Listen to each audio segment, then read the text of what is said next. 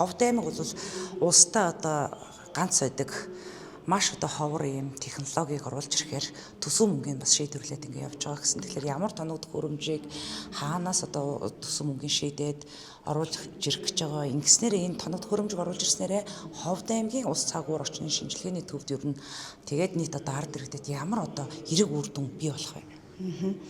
За тэгэхээр улсын төсвийн 9.9 тэрбумын өртгөөр Ховд аймагт за Герман улсад үйлдвэрлэсэн Сивандын Доплерын ардаар гэдэг төхөөрөмж орж ирэх гэж байна. За энэ төхөөрөмжийг болохоор Монголын Саммит компани за тендер шалгараад энэ компани бол оруулж ирэхээр ингээд бүх бичиг баримт тендерын зарлагдаад бэлэн болцсон байна. За орон нутгаас бол яг 1 тэрбум төгрөгийг тухайн ардаарыг Ховд аймаг сойрдуулах бүх одоо дэд бүтцгээд бүх зардлыг бол шийдэж ингэж өгсөн. За Доплерын ардаар бол орон нутагт тэр зүйн Монгол улсад бол анх удаага одоо нэвтэрч орж ирж байна. За ер нь бол өмнө ардаар гэдэг төхөөрөмж бол Улаанбаатарт ганцхан байдаг байсан.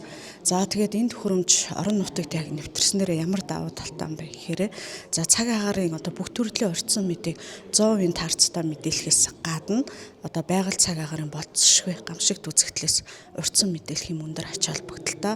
За мөн одоо ганцхан цагуур цаг агаар гэхээсээ илүүтэй нисдэгийн цаг агарын одоо зорчигчдын онгоцон дагаа тэр зорчигчдын амь нас аюулгүй байдалтай энийг бол бүрэн анхах юм төхөөрөмж байгаа. За Сивандын Доплерын ардаар маань өөрөө яг одоо ямар зарчимтай ажиллах төхөөрөмж вэ гэхээр за яг одоо үүлийг бол хамгийн цаад асал нь 400 км-с наадлан 150 км-ийн аслаас бол илрүүлдэг юм төхөөрөмж байгаа.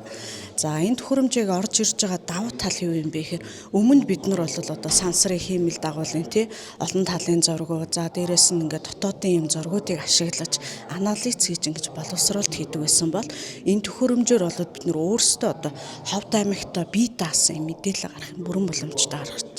За төвийнхаа мэдээлэл юм олон улсын зургийн тэр хүлээх ямар ч шаардлагагүй шууд тэрөөс энэ яг өөрийнхөө одоо бие даасан төхөөрөмж ашиглаад мэдээлэл гаргана. За төхөөрөмжийн давуу тал гэх юм бол яг одоо үүлийг одоо бүх чиглэлд нь одоо хөндлөн болон босоо цэцэлтийг хийн. Бид нар одоо өмнө урьдчилан мэддэг бол ерөнхийдөө 80-90% таарцтай мэдээлдэг олон улсын зургийн тэр ашиглаад за энэ төхөөрөмж болохоор ерөөсөө шууд тухайн үүлээ хөндлөн цэцлэгээ бүх мэдээллийг гаргаснараа энэ үүлнээс яг цаг агарын урьдсан мэдээ ямар байх юм гамшигт үзэл болох юм уу болохгүй юм уу өмнө бол одоо ингээд та бүхэн манай мэдээлэл ажиглаж байгаа зарим газраар төр зургийн дуу цахилгаан театр орно гэдэг ч юм уу за борооны өмнө салхи ширүүснэ гэдэг нэг ийм одоо тойм байдлаар мэдээлдэг байсан бол энэ төхөөрөмж бол ерөөсөө яг тэр бороо орох юм уу өмнө тэр хүчтэй салхи байгаа юм уу орлоо гэхэд яг хаагур орох юм аймгийн төвөр орж ирэх юм орж ирэхгүй юу за хэдэн цагаас эхлээд хизээ зогсохын хүч нь хэдий яг хичнээн миллиметр орох ингээд бүх юм энэ одоо бүр ингээд задлаад наривчлаад ингээд мэдээлчдэг юм төхөөрөмж байгаа. За мөн дээрээс нь ганц Ховд аймаг гэхгүй баруун бүсийн бүх одоо нислэгийн цаг агарын мэдээлэл гаргана. Ялангуяа манай нислэгт бол хамгийн өндөр ач холбогдолтой. За онгоц буух үеийн хөөрөх үеийн зурвас хөндлөн салхийг бол маш сайн мэдээлдэг ийм төхөөрөмж байгаа. За өмнө бол цаг агаараас гаралтай нислэг саатах тохиолдол манад гардаг шүү дээ. Тэгэхээр энэ бол нислэг саатах тохиолдол бол гарахгүй. Ерөөсөө Ховд аймаг маргааш авна авахгүй гэдэг урдчлаад одоо хилээд өгч ийм төхөөрөмж байгаа. За төхөөрөмжийн давуу тал бол яг одоо гамшигт үзэгдлийг цаг минутаа орон зайын хувьд одоо өдөр наривчлалтаа мэдээлснээрээ нийгэм эдийн засгийн болон орон нутгийн малчдын иргэдийн одоо амьдралд бол нэлээ одоо эрг юм нөлөө үзүүлэхээр ийм одоо чухал төхөөрөмж байгаамаа.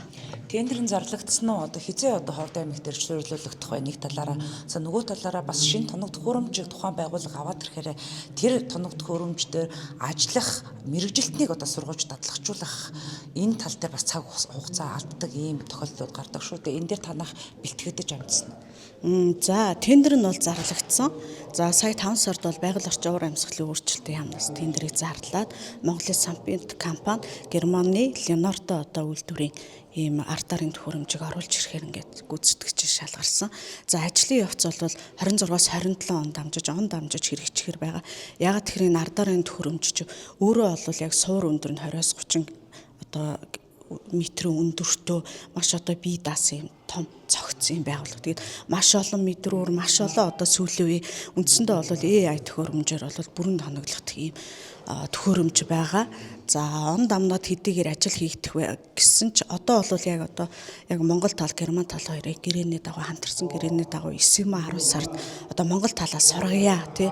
Яг одоо энэ ардаарыг бүрэн ашиглахын мэрэгчлэлтэнгийн бэлтгэе гэсэн ийм гэрээний дагуу явагч чинь урдсан байдлаар бол орон нутгаас одоо 2 мэрэгчлэлтэнг авч чадахжуулна гэсэн иймэрхүү төлөвтэй байна. За баярлалаа.